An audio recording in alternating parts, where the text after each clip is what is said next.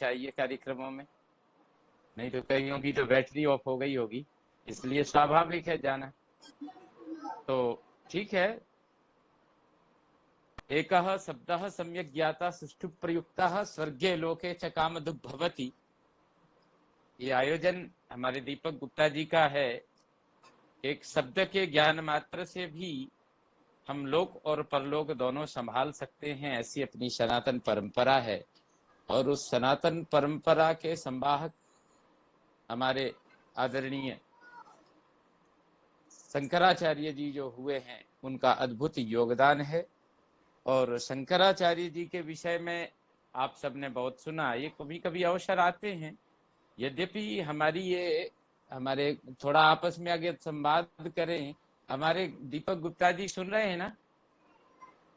जी जी hello, सुन रहे हैं जी, सुन सुन रहा रहे हूँ। हैं। मेरा एक सबसे बड़ा निवेदन है कि देखिए, हमने एक सबसे पहले हमारे गुप्ता जी का जो लक्ष्य है, इस न्यास का, इस ट्रस्ट का जो लक्ष्य है कि भाई ये भारत विश्व गुरु बने। तो भारत विश्व गुरु बने तो भारत में पहले तो हमें भारतीय भाषाओं का और भारतीय भाषाओं की जो जननी है संस्कृत, उनका ध्यान रखना बहुत ही आवश्यक है। और मैं अपने सभी साथियों का, जो विद्वजन सुधीजन विद्यार्थी हमारे साथी जुड़े हैं, तो व्यक्तिगत नहीं कहते हुए मैं ये देख रहा हूँ कि सबके नाम अंग्रेजी में लिखे हुए हैं।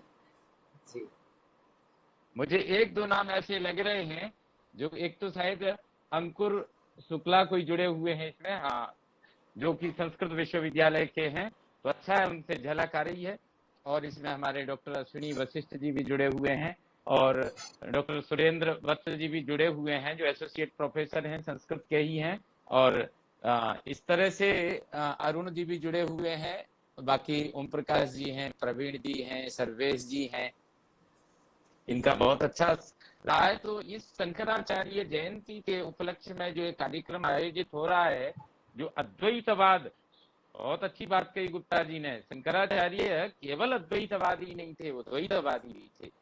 कुछ ऐसे प्रसंग आए जिनके कारण उन्होंने द्वैतवाद को भी लिखा, उसको भी पढ़ा, उसको भी जाना, तभी न परंपरा मठ की स्थापना का मतलब उन्होंने शिव मंदिर की स्थापना की, विष्णु मंदिर जो भी है, मूर्तियों की, सूर्य की आराधना की। तो ऐसे आचार्य शंकर ने जो हमें सब इस तरह के शास्त्रों के माध्यम से ज्ञान परंपरा का अवगाहन करते हुए उसमें डुबकी लगाने का जो अवसर दिया है, तो इसका संरक्षण, और भारत सनातन है, अनादिकाल से, सना भवती ति सनातन, हाँ, जो अनादिकाल से चला आ रहा है, ऐसे भारतवर्ष की जो दिव्य परंपरा, सनातनी परंपरा है, यदि उसका संरक्षण, संवर्धन और उसका प्रचार प्रसार करना है, तो हमें अपने कम से कम हस्ताक्षर, अपने नाम तो हिंदी में शुरू करने ही होंगे। ये शंकराचार्य जयंती पर हम सबको पहला संकल्प लेना चाहिए, मैं समझता हूं। क्योंकि जब हमारे हिंदी ही नहीं होगी तो हिंदुस्तान कहाँ होगा? वो सनातनी जो बात है, ठीक है, आपकी लिपियां हैं, भारतीय जो भी लिपि है, आप बंगला में लिपि में लिखिए, जो बंगाल से हो बंगला लिपि में लिखिए, जो तमिल से हैं वो तेलुगु में लिखिए, मलयालम में लिखिए, कन्नड़ में लिखिए, पंजाबी में लिखिए, हिंदी में लिखिए, संस्कृत में लिखिए। सबसे पहले तो हमें अपनी भाषाओं का संवर्धन करना नितांत आवश्यक है।